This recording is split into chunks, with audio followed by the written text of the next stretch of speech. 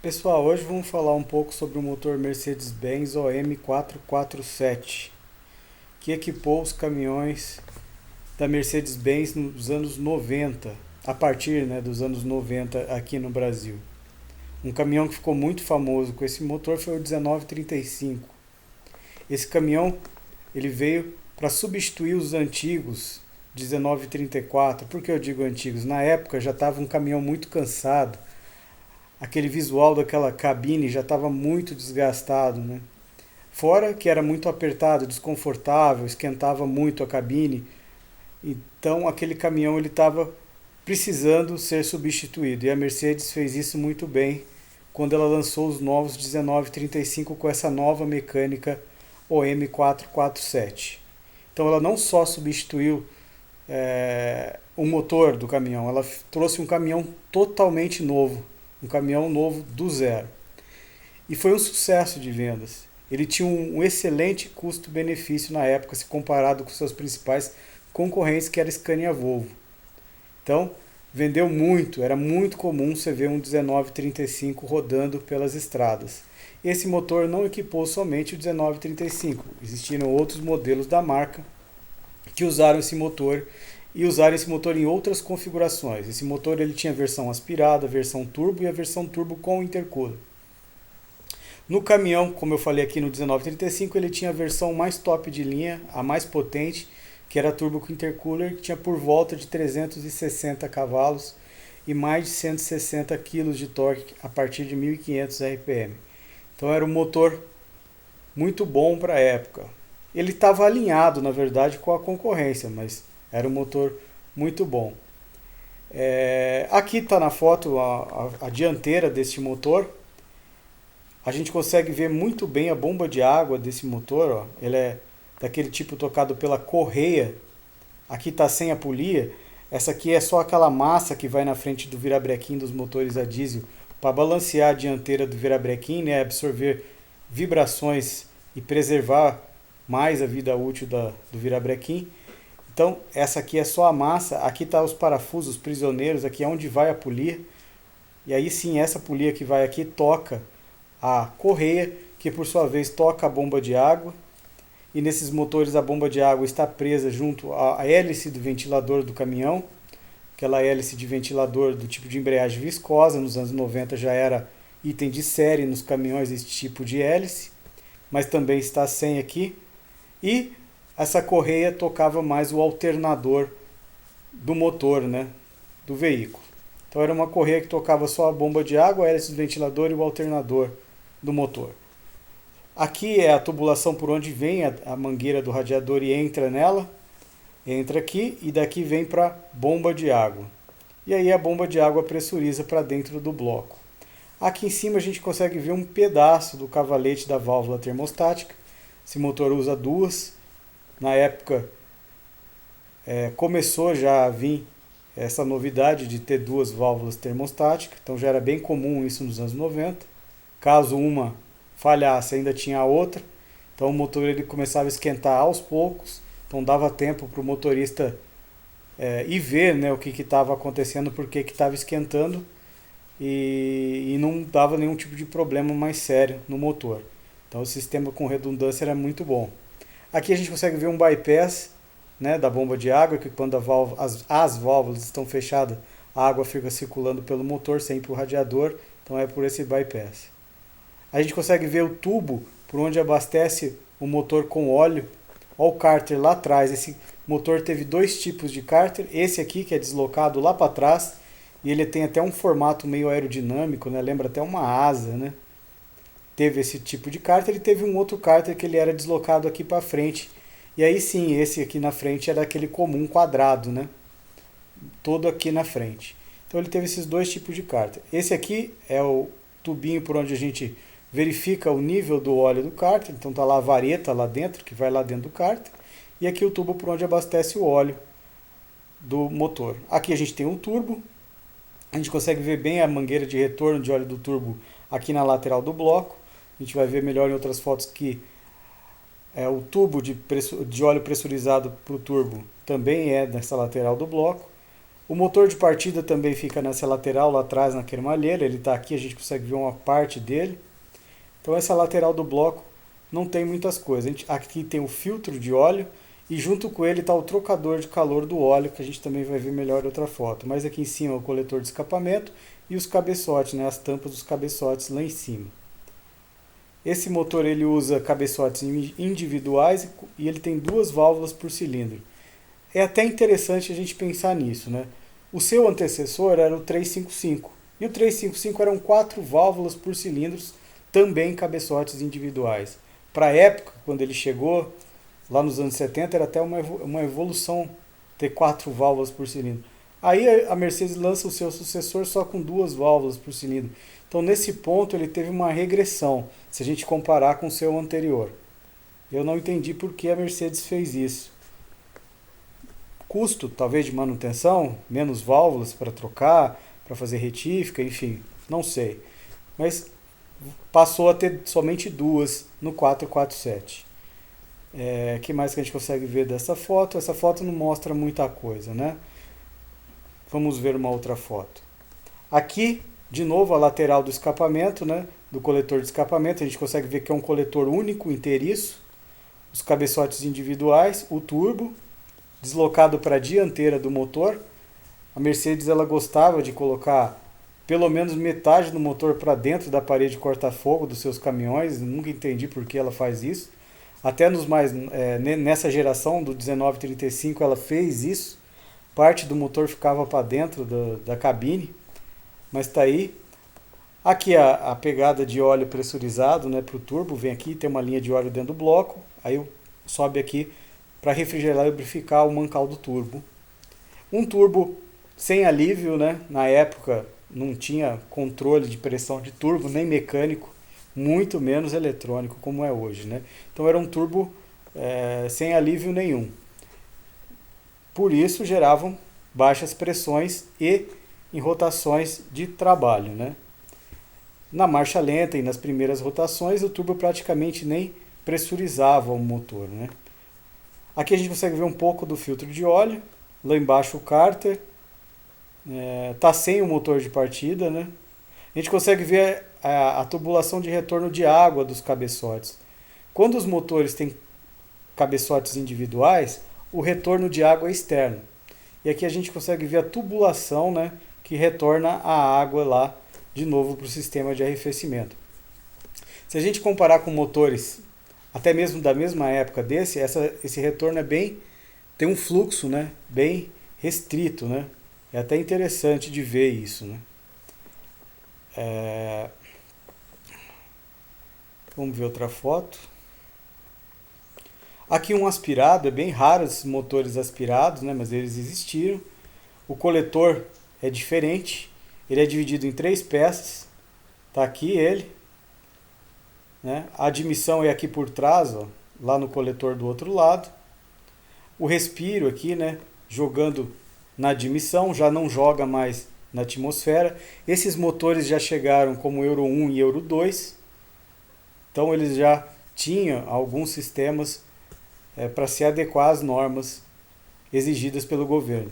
Então tá aqui uma delas, o filtro, o respiro já não joga mais na atmosfera, já joga na admissão do motor. Do outro lado lá a gente tem os filtros de combustível, ele usa 2.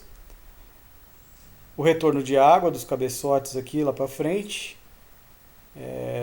O filtro de óleo aqui. Essa peça aqui é o trocador de calor do óleo desses motores. Ele usa aquele tipo integrado ao bloco do motor, né? Até a geração anterior era externo, né? Essas peças eram externas ao bloco do motor. Eram peças cilíndricas com tubos de cobre lá dentro que faziam a troca térmica. Funcionava muito bem. Mas com a evolução eles integraram essa peça ao bloco do motor. Então ela é parafusada no bloco do motor e já contém o filtro de óleo ali junto a ela. Aqui está o motor de partida aqui atrás. Esse aqui é o pistãozinho que faz o freio motor. Tem uma borboleta aqui na boca do escapamento que ela abre e fecha. Se ela fecha, ela estrangula e é o freio motor desses caminhões da época. Então essa versão aspirada ela é rara de se ver, mas existiu. Aqui um motor olhando por cima. Do outro lado a gente consegue ver o coletor de admissão, uma peça única, né? As entradas de ar para cada cilindro. Esses cabeçotes, como eles são individuais, então cada cabeçote tem a sua orifício de admissão de ar e orifício de escape. No escape eles são circulares e na admissão de ar ele tem um formato um pouco mais oval, né? Mais triangular. A gente consegue ver os bicos injetores do lado da admissão aqui nos cabeçotes, a linha de retorno lá atrás para a bomba injetora. A gente vai ver que esse motor usa um trem de engrenagens traseiro e a bomba injetora dele fica atrás. Era uma tendência que estava chegando na época.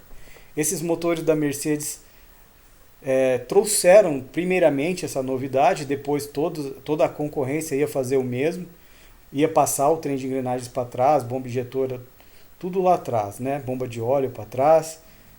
Então a Mercedes trouxe essa novidade primeiro, pelo que eu sei, né? Pode ser que eu esteja enganado, mas ela foi uma das primeiras, pelo menos no Brasil, a trazer um motor com trem de engrenagens traseiro, que é o caso deste daqui.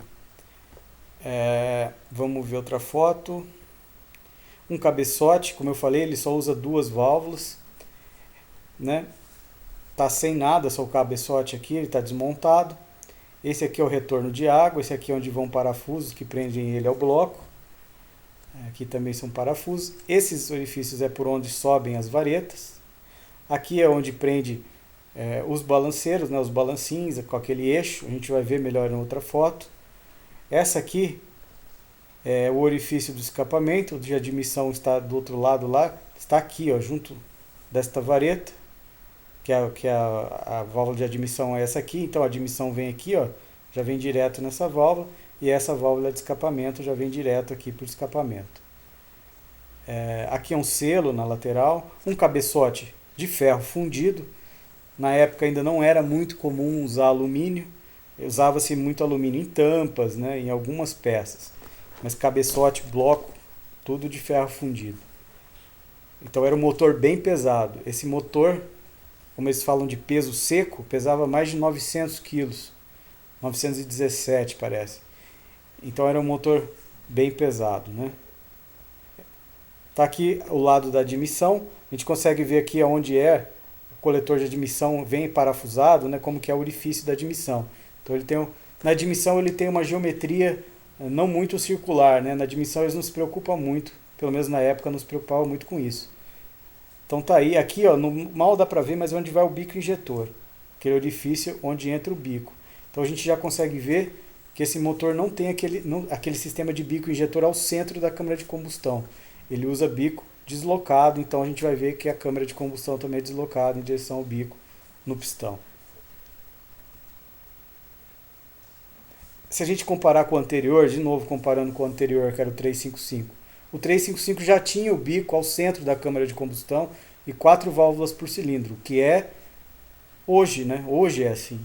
E para o 447 eles mudaram, eles deram um passo para trás, né? Colocaram o bico deslocado e 2 válvulas por cilindro. Eu não entendi muito bem porque a Mercedes fez isso. Aqui o motor sem os 2 primeiros cilindros, ele usa camisas removíveis, né? Do tipo úmidas, né? Que tem contato com o líquido de arrefecimento do motor, então está sem 2 camisas. Esse motor é daquele tipo que você pode trocar só o kit, então você tira só o cabeçote que você quer e troca só aquele kit. Então aqui está trocando dos 2 primeiros cilindros, pelo menos é o que parece. A gente consegue ver o coletor de escapamento ali. Então está sem a camisa, né? Então a gente consegue ver por onde entra a água, né? Que circunda as camisas, né? E refrigeram ela. A gente consegue ver lá embaixo também onde que é a vedação das camisas, né? Onde que vão aqueles anéis que vão presos nas camisas, que não deixa a água descer lá para baixo no virabrequim. E aqui em cima também, aonde que vão os anéis aqui na cabeça do bloco aqui, é onde que veda também a camisa para a água não vazar, né? Não vazar pela junta, né? Então tá aí. É um motor, neste ponto, comum a todos os motores de camisas removíveis que tem. O que mais que a gente consegue ver? Ele está com a hélice, ó, uma hélice de plástico. Na época já não se usava mais hélice de metal. Então já usava-se hélice de plástico. A gente consegue ver até o alternador aqui ao canto, né? Então é isso. Vamos ver outra foto. Aqui é uma foto com uma resolução um pouco baixa, mas a gente consegue ver um mecânico regulando as válvulas, né? É regulado por esses parafusos, né? Aqui está esse aqui vamos falar que é o primeiro cilindro. Aqui você tem um eixo, né, dos balancinhos, que contém os dois balancinhos, o de admissão e o de escapamento. Então aqui é o parafuso que regula a folga do balancinho com a vareta, né? A vareta está subindo lá do tucho que está lá embaixo, né, em contato com o comando de válvulas, que é no bloco, nesse motor. Então tem o tucho hidráulico, sobe a vareta e entra em contato com o balancinho. E essa folga, né, é regulada por esse parafuso e é o que está sendo feito ali. E aqui o balancinho fica preso ao prato da mola, né, que aperta a válvula, né, para abrir a admissão ou expelir os gases de escape, né? Depende de qual delas que está sendo acionada. Aqui a gente consegue ver até um pedacinho da vareta, né? Então ele usa duas varetas, dois balancinhos, duas válvulas. Então ele está sem as tampas, né? Aquelas tampas que fecham esse sistema, né? Que tem até o símbolo da Mercedes em cada tampa. Vamos ver outra foto. Aqui mais de perto ele está com um calibre de folgas. Esse calibre de folgas tem a medida certinha, então cada motor, a engenharia coloca uma tabela com valores que devem ser respeitados para essa folga aqui entre o balancinho e a válvula. Então ele está passando aqui a medida que a engenharia passou para esse motor e ele está vendo se está bem ajustado, né, sem folga. Então é assim que regula as válvulas desses motores. É feito assim há muitos e muitos anos, né? Nada de novo aqui. Mais uma foto regulando válvula, né? Então a gente consegue ver muito bem como que são sem a tampa dos cabeçotes, né? Com o eixo dos balancinhos e as válvulas, né? E olha que interessante, esse motor aqui não usa intercooler. Olha o coletor de admissão aqui entrando direto, desculpa, o coletor de admissão está aqui. Olha o tubo da admissão entrando direto no coletor de admissão. Não está passando por um intercooler. Então esse motor aqui, ele é um 447A. O 447LA é o que tem intercooler e o 447A é o que não tem intercooler, então é o caso deste daqui, ó. Tá vindo lá do turbo e entrando direto no coletor de admissão. Vamos ver outra foto.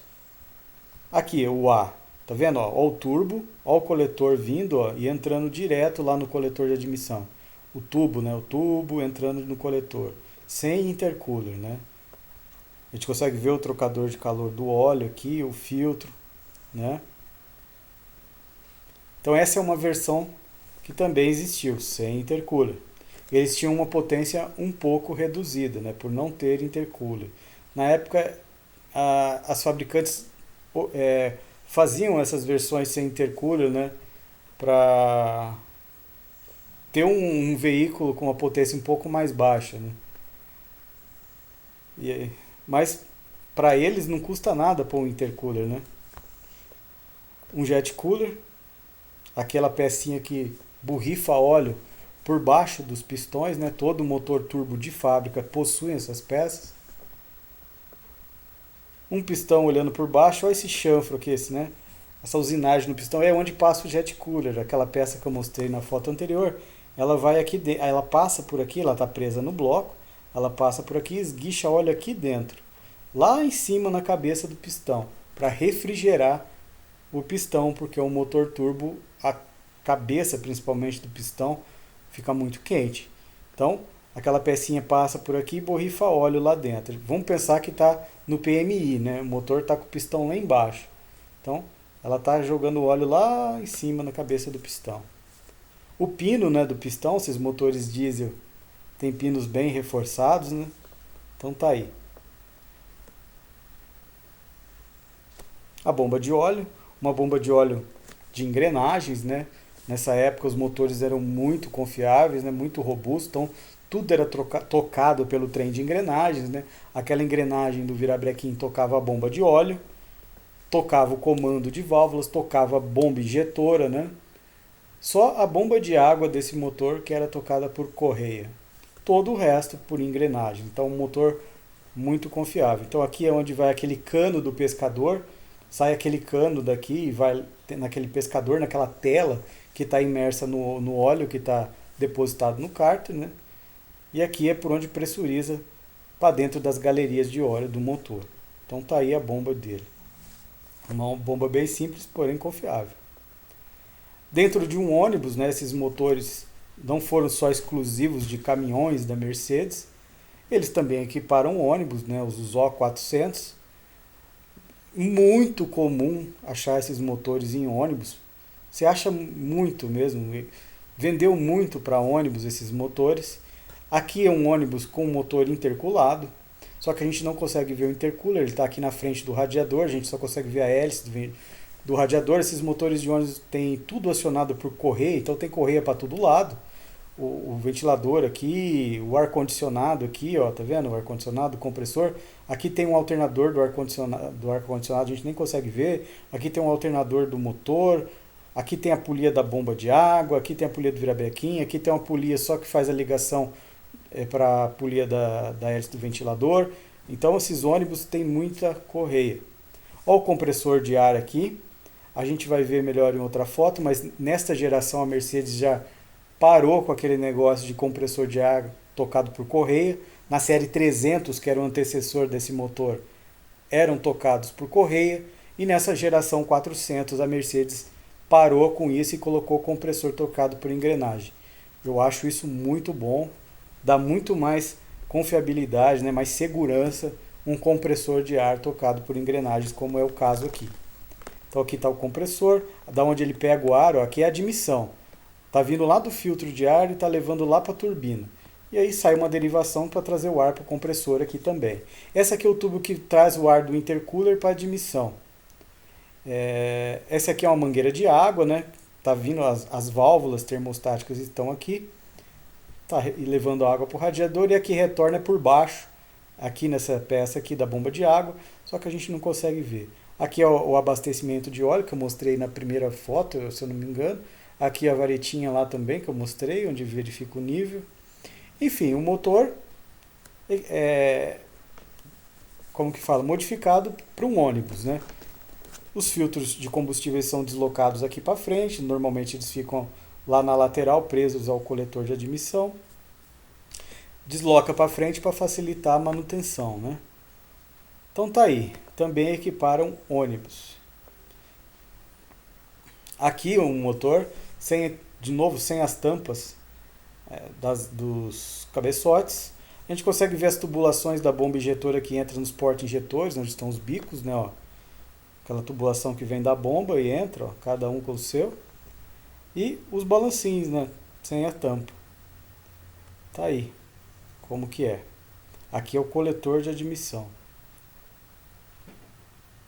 O motor por baixo, né? O virabrequim, os mancais fixos dele, né? E os móveis lá com o virabrequim lá dentro. Aqui é a parte traseira, a engrenagem do virabrequim que toca todo o trem de engrenagens dele. Só que está tudo sem, né? Só está o motor aqui com o virabrequim, os pistões e as bielas. E as camisas, né? Então tá aí como que é o virabrequim desses motores, né? Os contrapesos, né? Então, se a gente comparar com o seu antecessor, por que eu estou comparando com o antecessor? Porque é natural, né? Sempre que você tem uma evolução de uma geração para outra, é natural você comparar com o outro, né? Então, se a gente comparar com o seu antecessor, que era o 355, o 355 tinha essa parte de baixo muito pesada, muito forte, né? Com peças com dimensões muito grandes, né? Então, o 447 já teve um alívio aqui, né? De novo, um cabeçote olhando por cima, aqui a gente consegue ver as válvulas. Isso aqui é um selo, né? Aqui é por onde sobem as varetas, aqui é onde vai o bico injetor, ó, o porta-injetor ele vai aqui. Já é uma evolução também nos bicos, né? Que eles têm já é bico de maior vazão, maior pressão, as bombas injetoras desses motores já trabalham com uma pressão de injeção maior, então os bicos também pulverizam melhor o diesel na câmara de combustão. Eles vinham com mais orifícios na ponta deles, se eu não me engano eram 5 ou 7, vou falar 5 aqui, então ele conseguia pulverizar, né, e com ângulos melhores o diesel na câmara de combustão.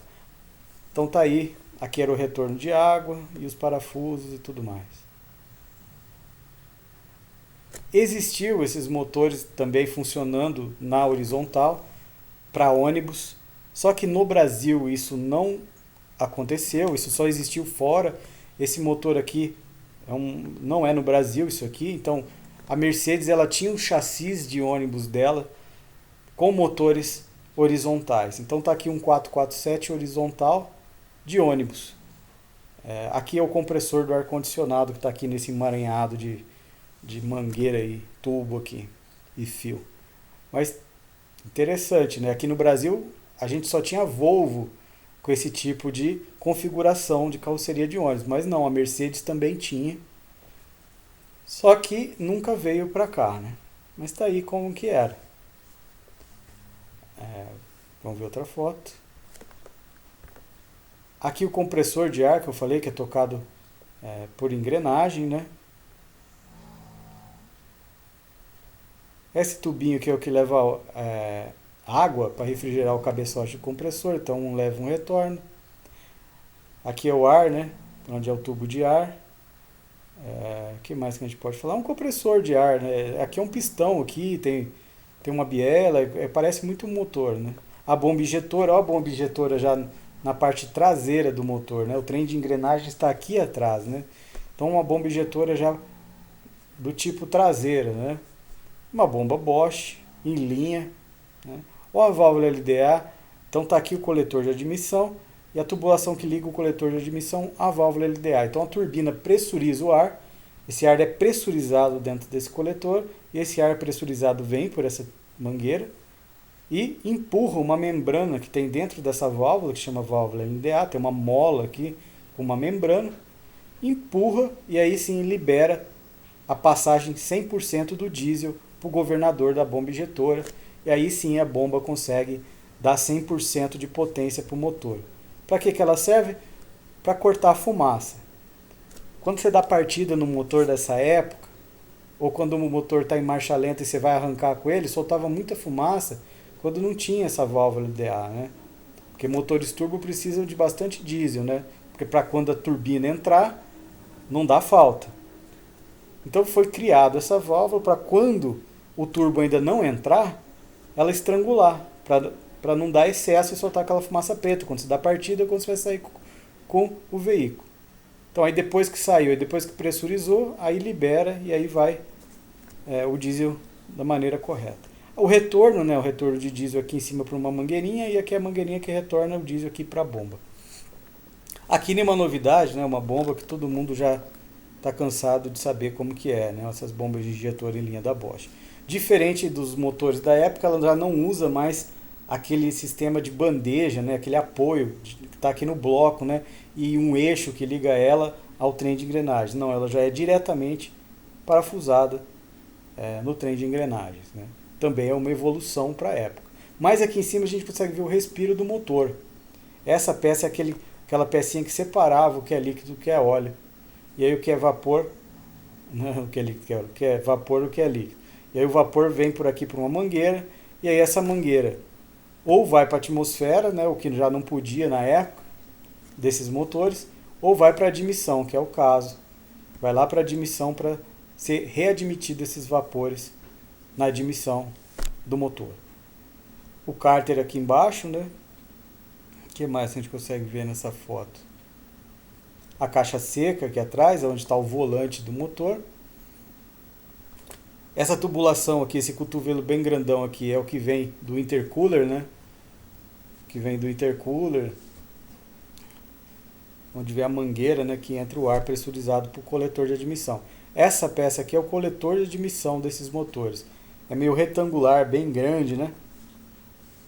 Era assim que era. Funcionava até como um acumulador, né, de pressão aqui. Vamos ver outra foto. Por cima, né? Turbo aqui ele está com uma proteção térmica aqui, uma chapa de aço para proteger do calor. Ele está com freio motor aqui daquele tipo de borboleta aqui no cotovelo depois do turbo. Deixa eu ver. Parece ser um motor de ônibus esse aqui, pelas posições dos filtros de ar. Esses motores só que para ônibus e caminhões? Não. Você pode achar ele em gerador de energia elétrica, em geradores, né? Qualquer tipo de veículos, né? Em máquinas pesadas, né? Tratores, né? Essas escavadeiras. Aonde a Mercedes quisesse colocar eles, né? A gente viu que ele funcionou deitado também, né? Em ônibus. Um bloco. Aqui é onde vai o trocador de calor do óleo, né? Aquela peça vai parafusada aqui onde contém o filtro de óleo. E tem aquelas chapas, né? De alumínio ou cobre que trocam o calor do óleo com a água do motor. Então a água do motor vai aqui dentro, por isso até que está meio enferrujado. Aqui é onde vai a água, né? E esses orifícios aqui é onde entra e sai o óleo. Aqui o motor pintado de preto esconde muitas coisas, mas aqui ó, tem um tubo, é o retorno de óleo da turbina. E aqui esse orifíciozinho aqui é a pegada de óleo da turbina pressurizado e aqui é o retorno. Então é uma lateral que não dá para ver muita coisa, né? Vamos ver outra. Aqui é a lateral da admissão, aqui vai um selo, tampando aqui a galeria de água. Aqui esses tubinhos aqui onde vem as mangueiras de água para refrigerar o cabeçote do compressor de ar. Aqui é onde vai preso o compressor de ar, né? A gente consegue ver até onde passa o comando de válvulas ali, ó. Onde ele passa ali, né? Até para ver onde ele é apoiado ali num tipo de uma bronzina, né? Tem um nome isso aqui, eu esqueci, agora fugiu da minha cabeça. Vou chamar de bronzina. É como se fosse uma bronzina, tá lá. O que mais que a gente consegue ver dessa foto? Aqui, ó, esse buraco aqui onde vai a bomba injetora. Ela vai presa aqui, né? Essa lateral do bloco é bem simples, né? Tem até o nome 447 aqui, né? O número dele, né? Interessante. Vamos ver outra foto. O compressor, né, de ar do motor. Dá até para ver um pedacinho aqui da bielinha dele aqui, né? O eixo que faz algo similar a um virabrequim. O motor sem os cabeçotes, com os pistões e as camisas. Ó, o pistão, a câmara de combustão dele. Esses motores tinham taxa de compressão de 17,25 para 1. Então, para a época era uma taxa ok, né? Não era nem alta nem baixa, estava na média. Esse relógio aqui está medindo a projeção da camisa, o quanto essa camisa está mais alta que o bloco. Sempre a camisa tem que estar mais alta que o bloco, mas ela tem um limite, ela não pode estar muito alta, né? Ou muito baixa, ela tem que estar no exigido pela engenharia para funcionar sem ter vazamentos, né? Depois que você parafusa o cabeçote. Então existem esses relógios comparadores que fazem essa medida da projeção da camisa, né, para saber certinho a altura que ela está. Então está aqui o pistão e está todas as camisas lá. Isso aqui são guias, né, para os cabeçotes. Na hora que você vai instalar o cabeçote, isso aqui é um guia, né, para ele ficar certinho. O coletor de escapamento, ele está com esses papéis aqui entupindo ele para não entrar sujeira, né? Nada, né, para cair lá no turbo, estragar a turbina. Então eles tampam aqui na hora de dar manutenção. Então tá aí como que são os pistões, né? Como que é a câmara de combustão desses motores. Então tá aí. Vamos ver outra foto. Aqui as tampas, né, dos cabeçotes com o símbolo da Mercedes. Elas eram parafusadas por 2 parafusos, né? Então tá aí como que eram as tampinhas, né, com o símbolo da Mercedes. Aqui o motor sem o cárter, tá? Ó o pescador, né? A bomba de óleo lá atrás, né? Tocada pelo trem de engrenagens traseiro. Ó o tubo que sai dela e vem o pescador aqui. Então tá aqui o virabrequim. Aqui na frente a gente, deixa eu tirar o zoom. Aqui na frente a gente tem aquela polia, né, grandona. Tá sem a bomba de água aqui. Então tá aí o motor. Outra foto do mesmo motor. A bomba de água, aonde vai as 2 válvulas termostáticas, né? Aqui é onde vai aquela polia tocada pela correia do virabrequim. Aqui é onde vai aquele cavalete que vem a mangueira do radiador, né? E aqui é onde vai o bypass. Ah não, aqui é onde puxa a água do radiador, né? Aqui é onde puxa a água do radiador, entra para o bloco. Aqui é o bypass. E aqui onde vai a termostática é o cotovelo da mangueira do radiador. É a última foto. É, acho que é a última foto mesmo. Bem, então é isso que eu tinha para falar desses motores, pessoal. Quando eles chegaram no Brasil nos anos 90, deram um fôlego muito grande para a Mercedes, porque ela estava precisando, porque aquela geração anterior, né, já estava muito antiga, precisando ser substituída. E quando esses novos caminhões com esses novos motores chegaram, foi uma revolução tremenda no mercado, né? Eles fizeram muito sucesso. E são motores muito bons, confiáveis, né? De manutenção barata, como todos da época eram dessa forma, né? Então é só isso que eu tinha para falar, pessoal. Até o próximo vídeo.